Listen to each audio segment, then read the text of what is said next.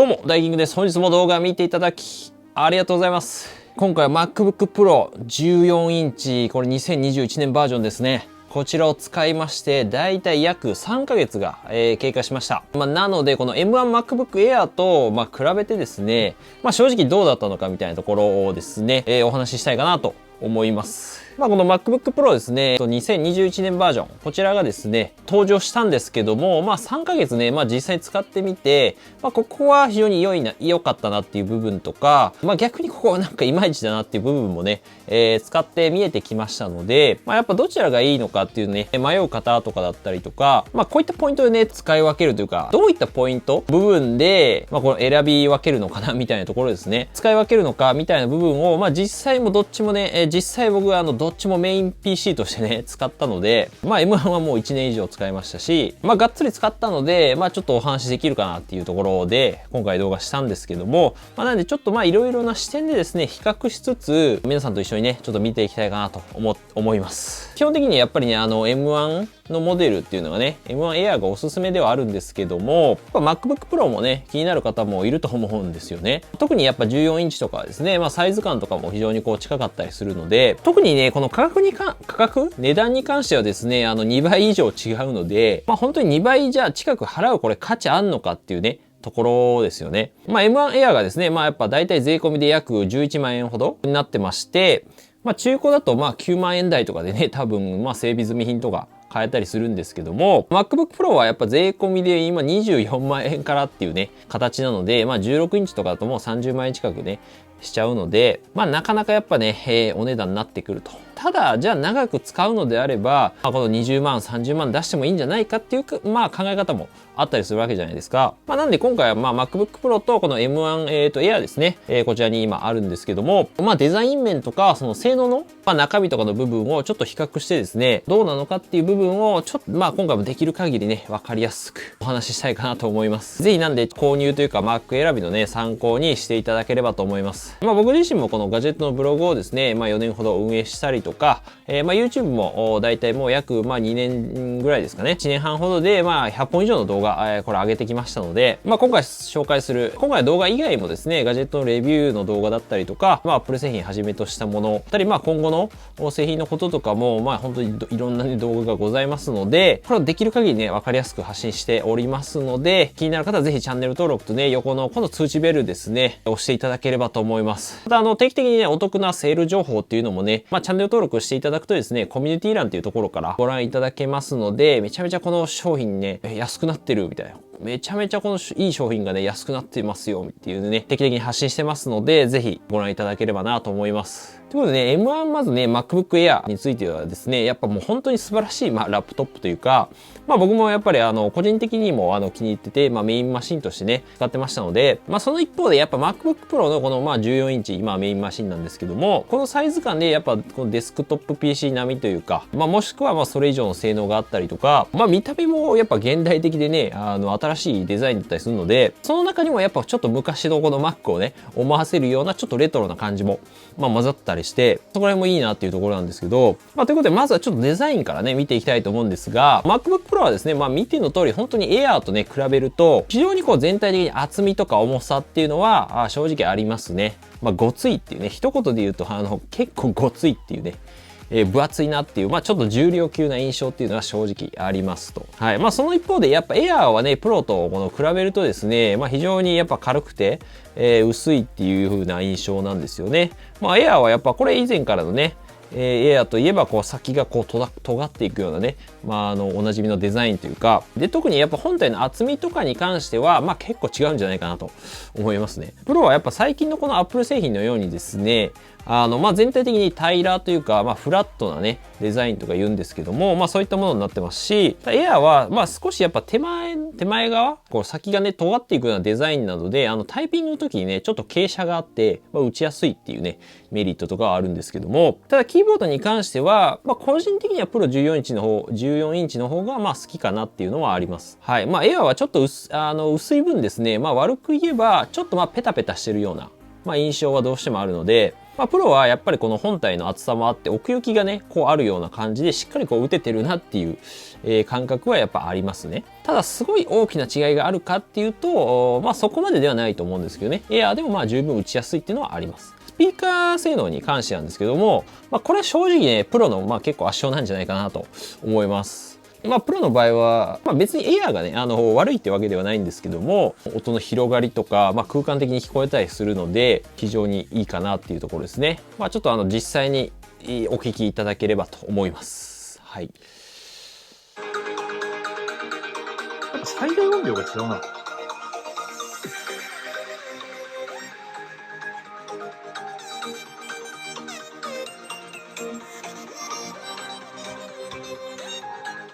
プロ14インチ。音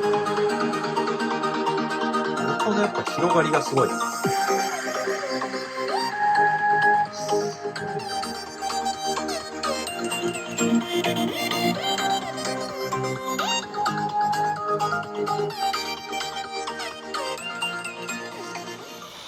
はい。ということでいかがだったでしょうかね。プロの場合はね、さっき言ったように空間オーディオっていうものに、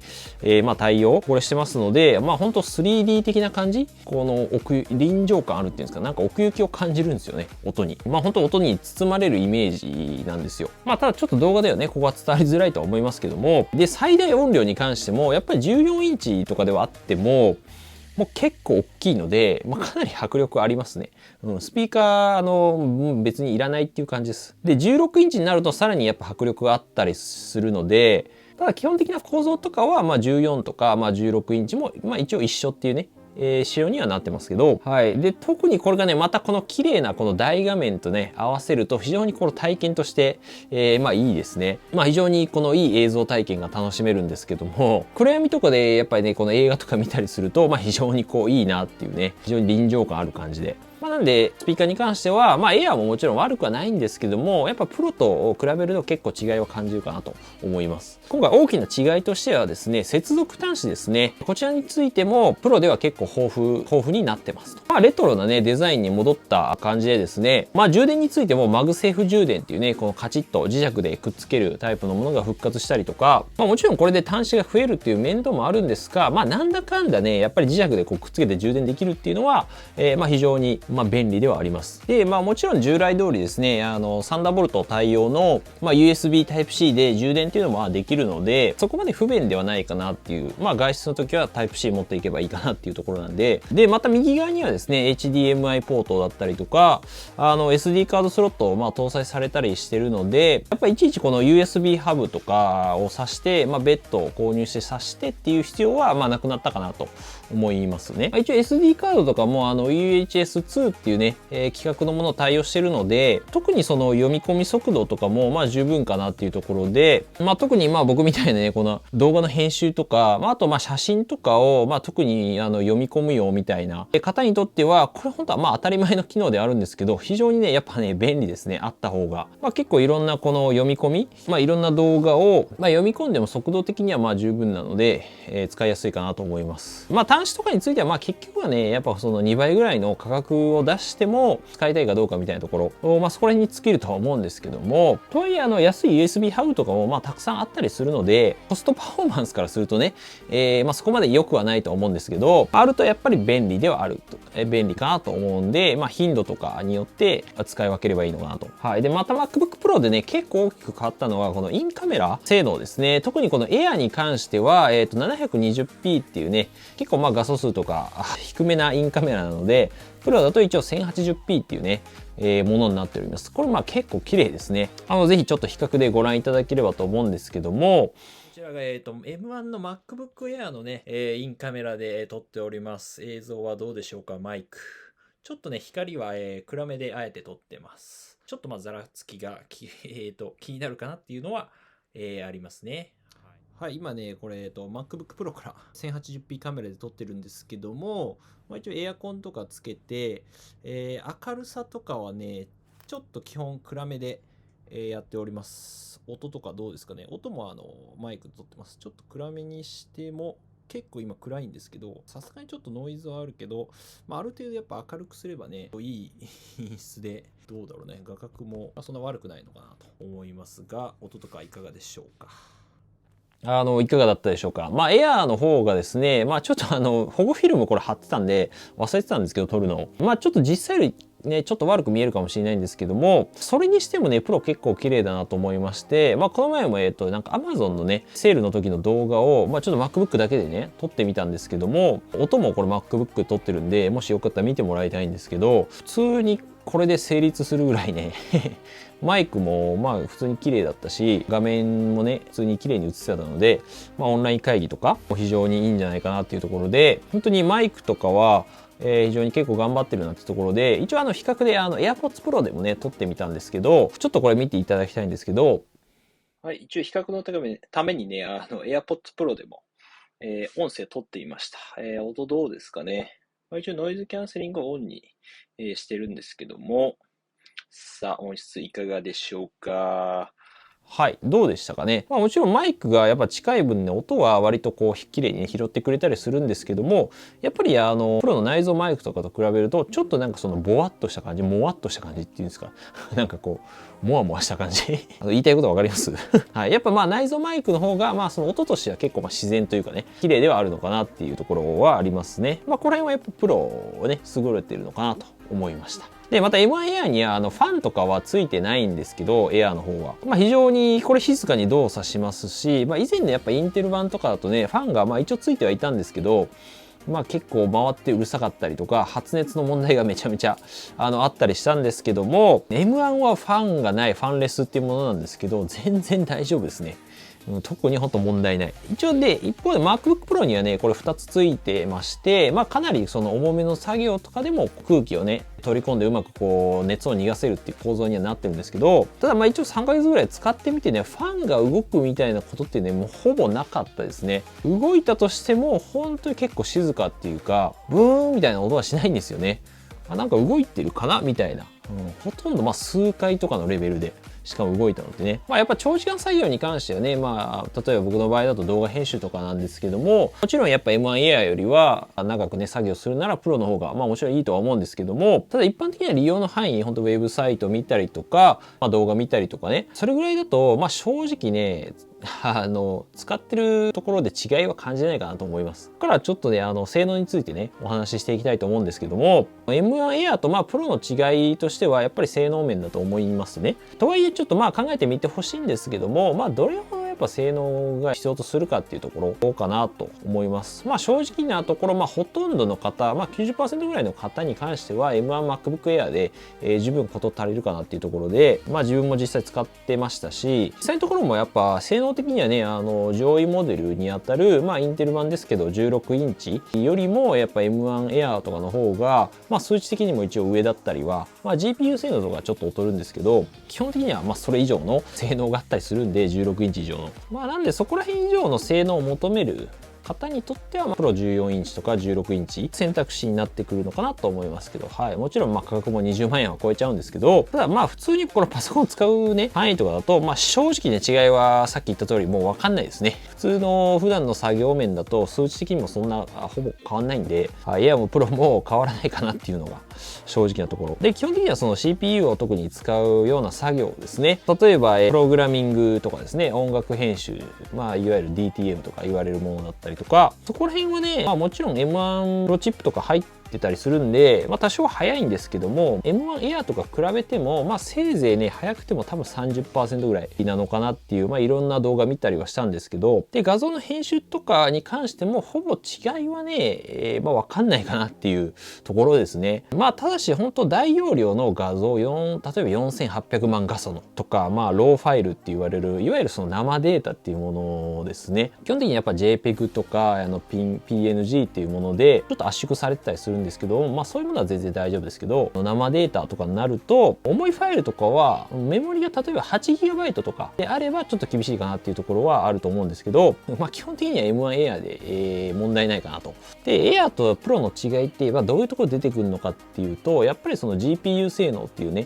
ところだと思うんですよ。まあ主にまあ動画編集とか、まあそのブレンダーとかでね、っていうものでなんか 3D のね、なんかものを作ったりとか、まあそういったところになると思うんですけど、ただちょっとここトリッキーなところがあるんで、まあ実際にちょっと使ってみて感じたところではあるんですけど、まあ例えば Final Cut Pro とかですね、ダヴィンチリゾルブとか、基本その M1 に、ネイティブ対応というもう最適化、ソフト自体が最適化されたもの、まあそれ動画編集のソフトがあるんですけど、まあ、4K とかであっても、まあ例えばそこまで動き、まあエフェクトとかこうブイーンみたいなね、この文字がクワイーンって動くとか、すごいかっこいい PV とか、そういうなんかプロ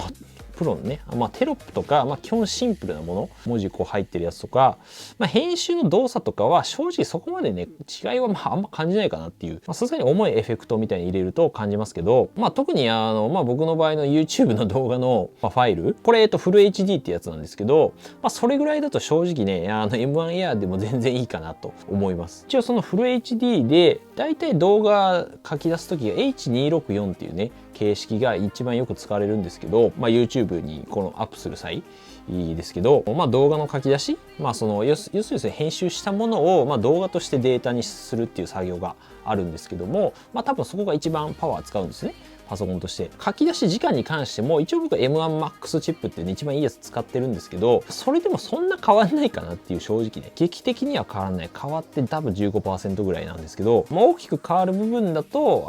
やっぱり高品質で書き出したいとかっていう場合ですね、まあおそらく 4K 以上になってくるとまあ割と差は出てくるかなっていうところ、5K、6K とか、はい、あとまあ10ビットとかで言われるものですね。そういったものであれば、まあ結構まあ差は出るのかなって思います。まあ本当動画1本でね、本当に100ギガとか200ギガとか、そういうまあレベルになってくるんで、さすがに重いんで僕はやんないんですけども、まあそういったところで書き出すと、まあ例えば M1 Pro チップと M1MAX チップで比べても結構差は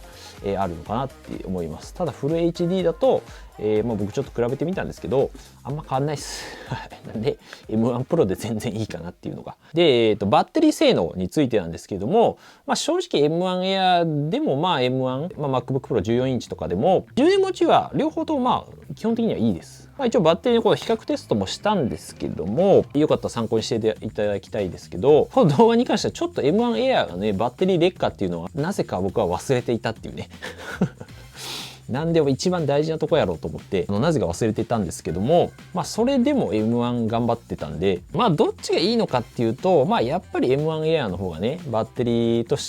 持ちとしてはいいと思います。一応 Apple の公式のまあ使用上とか、まあ、数値とかで見てもやっぱり Air が長いっていう風なまあ表示にはなってるんですけども、特にやっぱりウェブブラウジングとか、まあ動画、まあ、普通に動画見るとかネットサーフィンとかメール返信とかこの軽めの作業ですね、まあそういった用途に使うように、まあ、構成にCPU の構成がなってるというか高効率コアっていうのね、まあそういった構成になってるので、まあ M1 はそういったところでねやっぱ優れてるんですよね。まあ使い方によっては本当2日ぐらい持つんで、本当イメージとしては本当に iPad みたいな感じなんですよ。パソコンというよりは、まあ、近い感じなんで、まあ実際やっぱ中身のその CPU M1 のベースっていうのももともとほぼなんか iPad と同じらしいですよあれ。同じ、まあ中身ほぼ iPad みたいな感じなんで、本当にあれ全然バッテリー減らねえなみたいな感じで、最初多分インテル版から変えるとねめっちゃ驚くと思います。で一方でこれ MacBook Pro に関してもまあ本当多少重めの作業、まあ動画編集とかしてもまあ1日ぐらいはねギリギリまあ持つかなって M1MAX とかであってもって感じですかね。はい。で特にやっぱ M1 Pro チップの方に関してはまあ M1 Air までいかないんですけども、まあそれにやっぱ近いぐらいのまあ、バッテリー性能あるかなっていうところですね。まあ、ただやっぱ M1MAX の方になると今まあ使ってるのは僕はGPU の32コアってまあ一番いいやつなんですけども、もうここまでいくとね正直バッテリー持ちあんま良くないですね。M1 Air とかと比べと結構まあ差が出ちゃうレベルで、まあパワフルな分おそらくやっぱその消費電力っていうのもね、まあその一発の力みたいなのすごい強いんですけども、まあこのバーンって一発でかいんだけど、まあちょびちょびこうやる分にはどうしても M1 とかの方がAir とかの方がね効率がいいんで、動画編集とかでいうとまあ書き出しなんですけども、まあ M1 Pro とか Max もそうなんですけども、まあやっぱ MacBook Pro、まあ結局パワフルな分、まあ M1 と例えば Air とかと比べると、すごいパワー一発はあるんで、すごい重い作業は短い時間で終わるんですよね。なんで結果的にそのバッテリーがあんまり減らないっていう現象はあって、まあそういう面では M1 Air よりは持つっていうね、感じではありますね。なんで M1 で例えばじゃあ10分かかるものが5分で終わったりするんで、そういった意味ではバッテリー持ちはいいかなっていうところはあります。まあ、なんで結構重めの作業みたいなね、いつもまあ動画編集とか画像の編集とか結構多いなって方はやっぱプロがいいんじゃないかなと思いますと。まあとはいえね、それはかなり少数派ではあると思うんで、まあ9割以上の方はやっぱ M1 Air、こちらがおすすめですので、エアー買っとけば間違いないです。はい、これだけは言ってきます。あとはまあディスプレイとかについてなんですけども、購入理由としてね、やっぱりその性能以外で非常にこういい点、プロのいい点っていうのがやっぱこの画面なのかなっていうところ。まあミニ LED ディスプレイっていうものが非常にこう綺麗で明るくてね、見やすいってもので、まあ非常にこれいいです。もちろんいいんですけども、正直エアーでもね、まあ割とまあ十分綺麗ではあるので、まあ倍のじゃあ価格出してでもまあ使いたいっていうならありかなっていう。まあでもそこまでのまあ価値は正直まああんまりないのかなって思いますけど、まあ綺麗なことは綺麗なんですけど、で最後じゃあ M1MacBook Air がおすすめの方なんですけども、基本的にやっぱ 90% の方はこっちがまず選択でいいと思います。でパソコンやっぱ持ってなくてこれから買いたい方ですね、最初のこの Mac としてこれ非常に MacBook として非常におすすめなんじゃないかなと思いますと。はい。で特にまあ学生の方とかですね、Apple の学割も今あって、まあ税込みで大体まあ10万円ぐらいで買えますし、春の段階とかですね、大体1万8000円分のギフトカードとかキャンペーンやってるんで、まあ本当9万円ぐらいで買えるんで、めっちゃいいんじゃないかなと。はい。で、Apple 製品、またこれ安く買う方法っていうのも、まあ動画で出してるんで、これもちょっと新しくしてね、また出そうと思ってますので、新シーズンのね、季節なんで、ぜひちょっとチャンネル登録してお待ちいただければと思います。やっぱりね、メール返信とか資料作成はもちろん、まあ一応動画もまあ普通の 4K 動画ぐらいなら大丈夫なので、あとまあ充電持ちも良くて、やっぱパソコンの立ち上がりとかもね、普通に早いんで、スマートフォン感覚でね、やっぱ使えるんで、レビュー動画もいっぱいありますんで、ぜひちょっとね、参考にしてもらえればと思います。はい。で、逆にこれ MacBook Pro がおすすめの方なんですけども、本当もう基本的にプロ向けだけかなっていう感じで、まあお仕事でじゃあ動画編集してます、まあ画像の編集してますとか、デザインやってます、特に解像度の高いね、写真とかをもうバンバン編集しますみたいな、動画像をどんどん使いますみたいな方ですね。本当ゲーム作るとか、あとまあその Unity とかね、ゲーム作るソフトとかあるんですけど、そういった作業を本当にまあ定期的に日常的にやるような方、やっぱ本当作業時間が短縮されるんですよ。まあいわゆるその時給がね、上がるんで、これは本当非常にいいんじゃないかなと思う。本当作業時間っていうのがね、直結してきますので、パソコンっていうのが。まあで、画面も綺麗で見やすくて、やっぱスピーカーもいいので、作業もやっぱ快適にできるんじゃないかなと。まあ、プロ向けの仕事じゃとなくても、まあ20万円以上ぐらい出しても、やっぱ綺麗な画面とか、まあこういった新しいデザインがいいとか、スピーカー性能やっぱ欲しいなっていう、そこにまあ価値を感じるんであれば、まあ全然もちろん買っていいと思います。はい。まあそういった用途では、やっぱ充電持ちがいいですね。特にまあ M1 Pro チップとかの方がいいんじゃないかなと。まあ、変に M1 Max にね、まあ、もちろんしてもいいんですけども、結構、まあ、あんまり充電持ち良くないんで、M1 とかと比べると、もちろん使えるレベルであるんですけど、まあ僕も最初はね、Mac のこと本当に何も分からず買ってましたので、確か MacBook Air のね、7万円ぐらいで買ったのかな、学生の時に。まあ本当こういった動画見てまでね、購入ね、検討されている方は非常にね、素晴らしいと思います。僕も本当に何も分からないままですね、買ってたんで、まあ本当ね、いつも嬉しいコメントが本当この動画がね、ためになって買う決心がつきましたっていうね、いただくんで、本当にね、お役に立てて非常に嬉しいなと思います。はい。ということで、今後もちょっと